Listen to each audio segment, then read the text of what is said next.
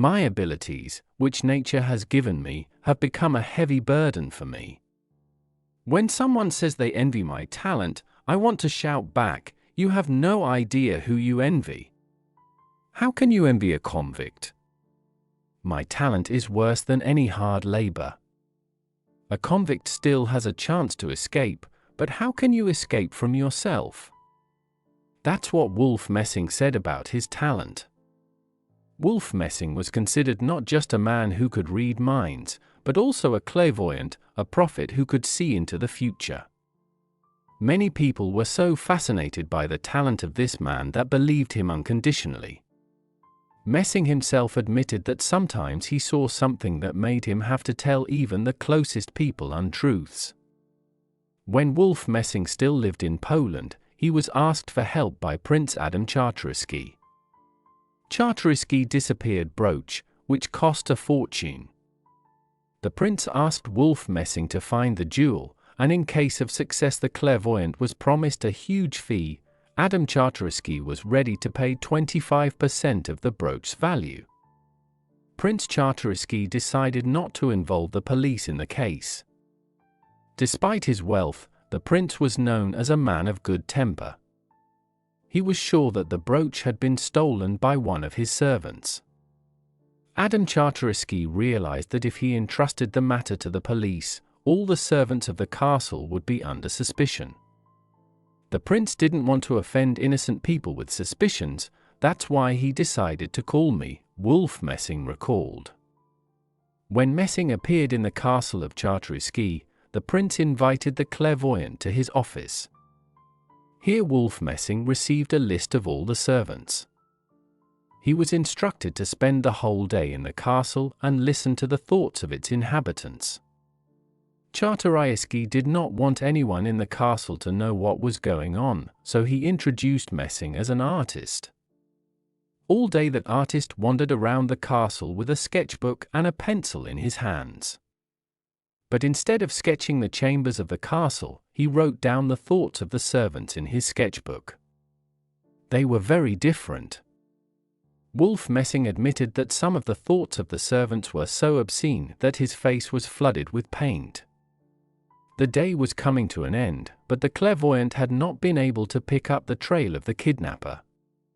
The next day Princess Maria Czartoryskaya arrived at the castle with her maid. As soon as Messing met the maid's eyes, he realized that his search was over. It was clear to me that I was looking at a thief. But I learned something else. The maid regretted what she had done. She went to this crime in a fit of desperation, said Wolf Messing.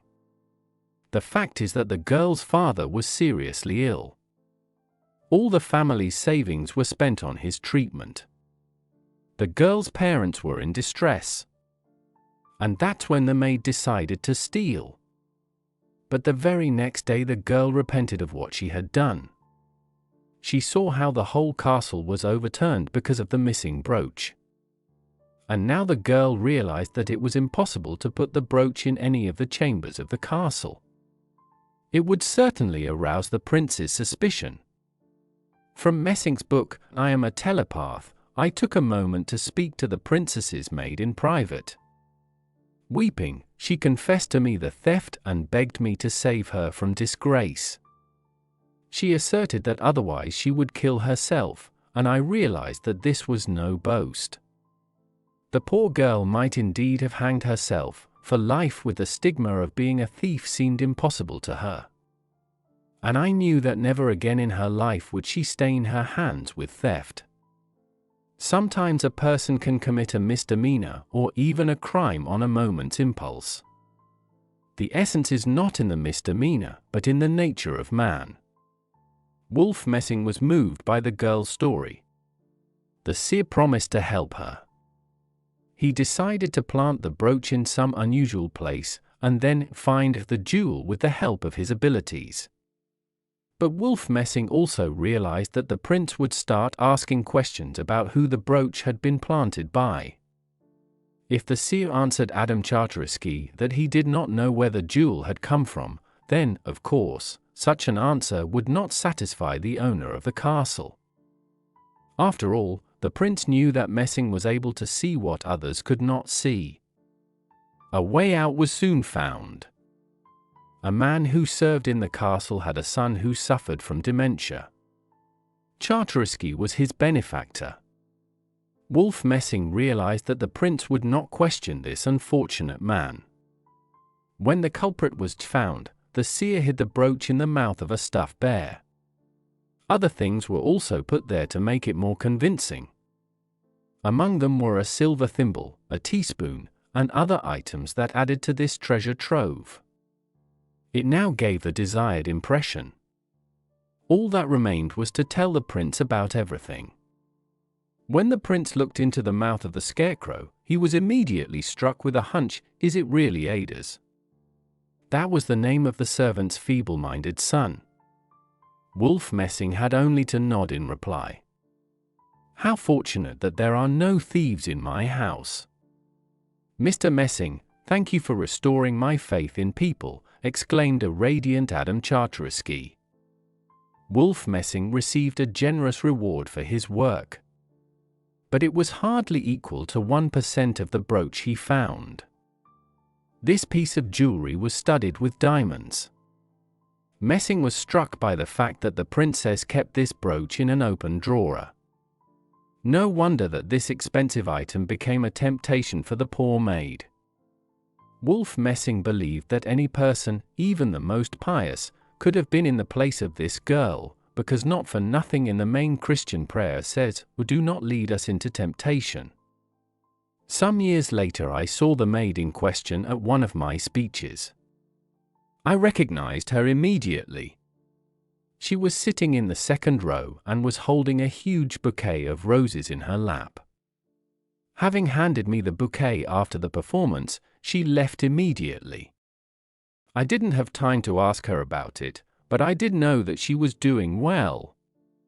It was very pleasant to know that then, in the prince's castle, I made the right decision. What bizarre tricks life throws my way. I covered up a criminal, accused an innocent man, and I'm proud of it, because I did a good deed.